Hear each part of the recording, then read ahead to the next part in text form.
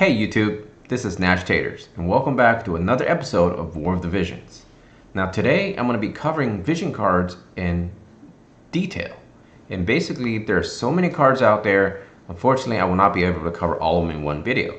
So to break them all down into different videos, I feel like that's the best way to present this. Some disclaimers though. These are all going to be my opinions, of course. But I just want to say I've done my extensive research to really go and get some information out there and then go ahead and did the assessments myself. And so the final product still ultimately is my opinion. If you're going to be chiming in into the conversation, I just ask people to be civil about the conversations and the words themselves. All right, without further ado, let's get it started.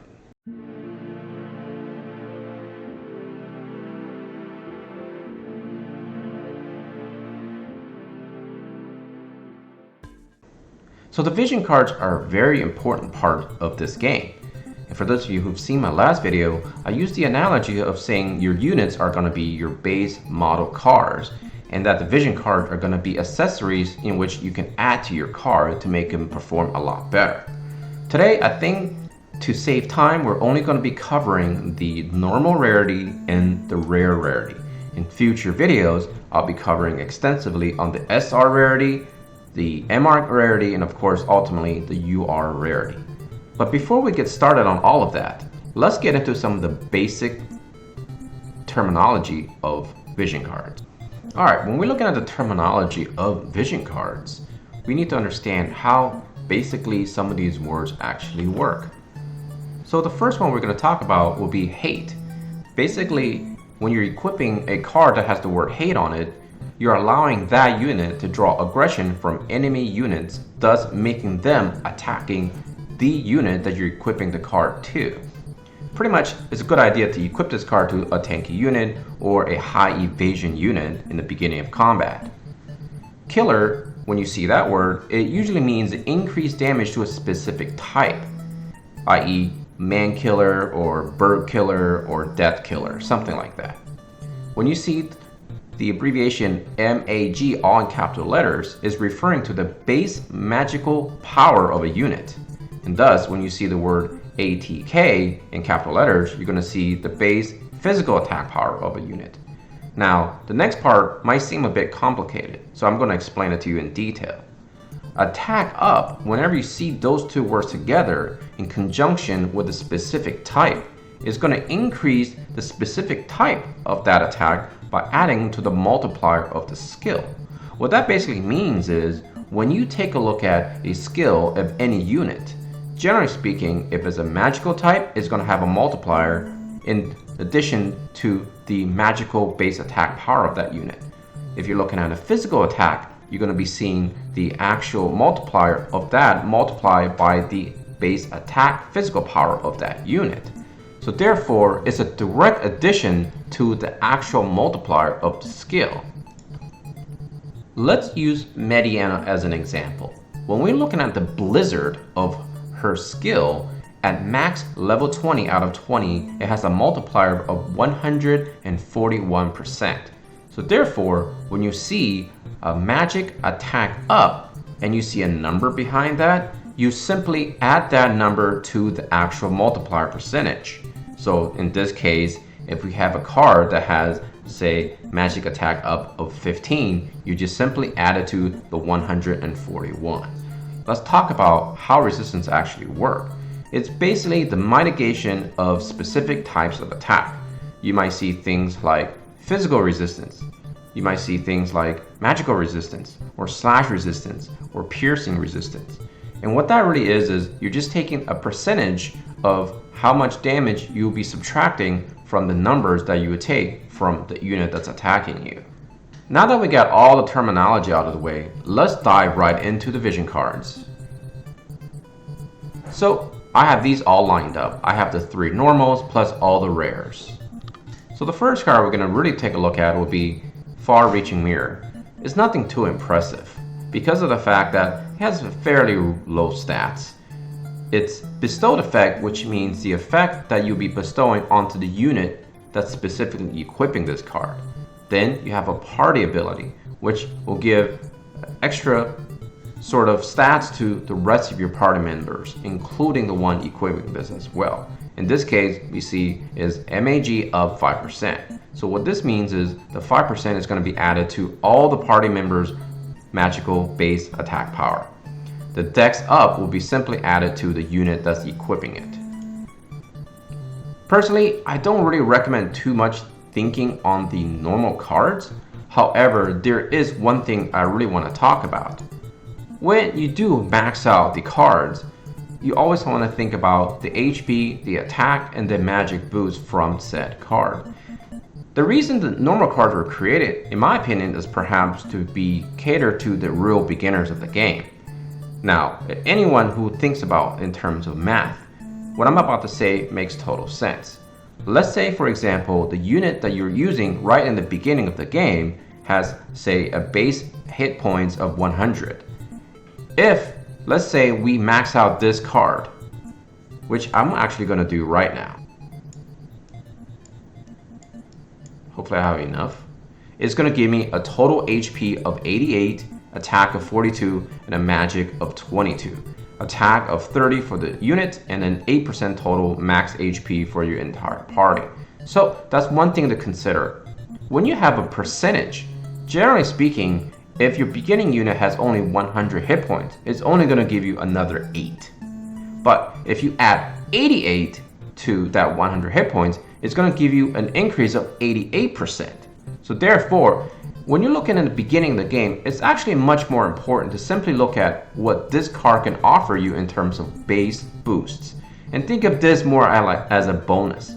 However, as your units get stronger and stronger, and when they hit level 99, they may have a base hit points of anywhere from, say, 2,000 to 5,000. In which case, the 8% is going to be huge increase compared to the solid standard flat rate of 88.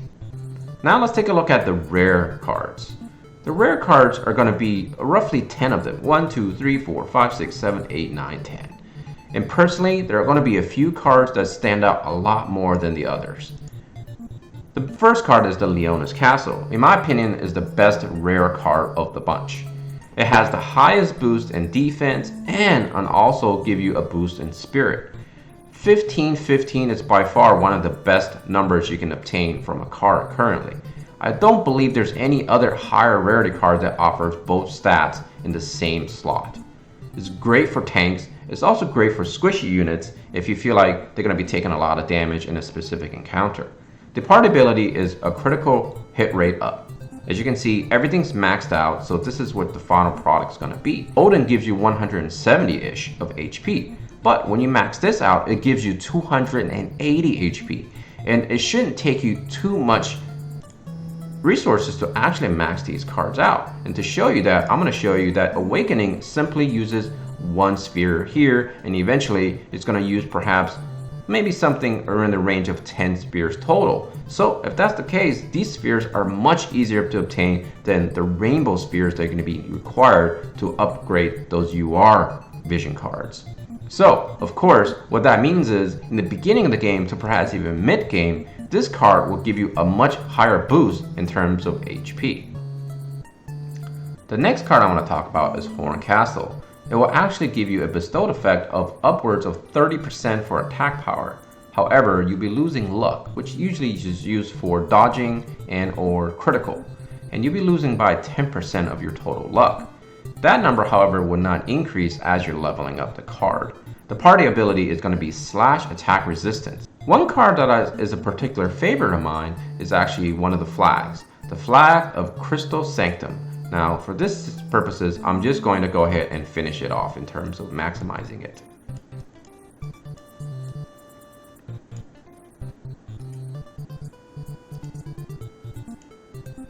And as you can see, it's going to take a good amount of gold to actually get it up there. However, gold is much easier to earn than rainbow shards in this game. So therefore, still is a good idea to really work on some of the rare vision cards in this game.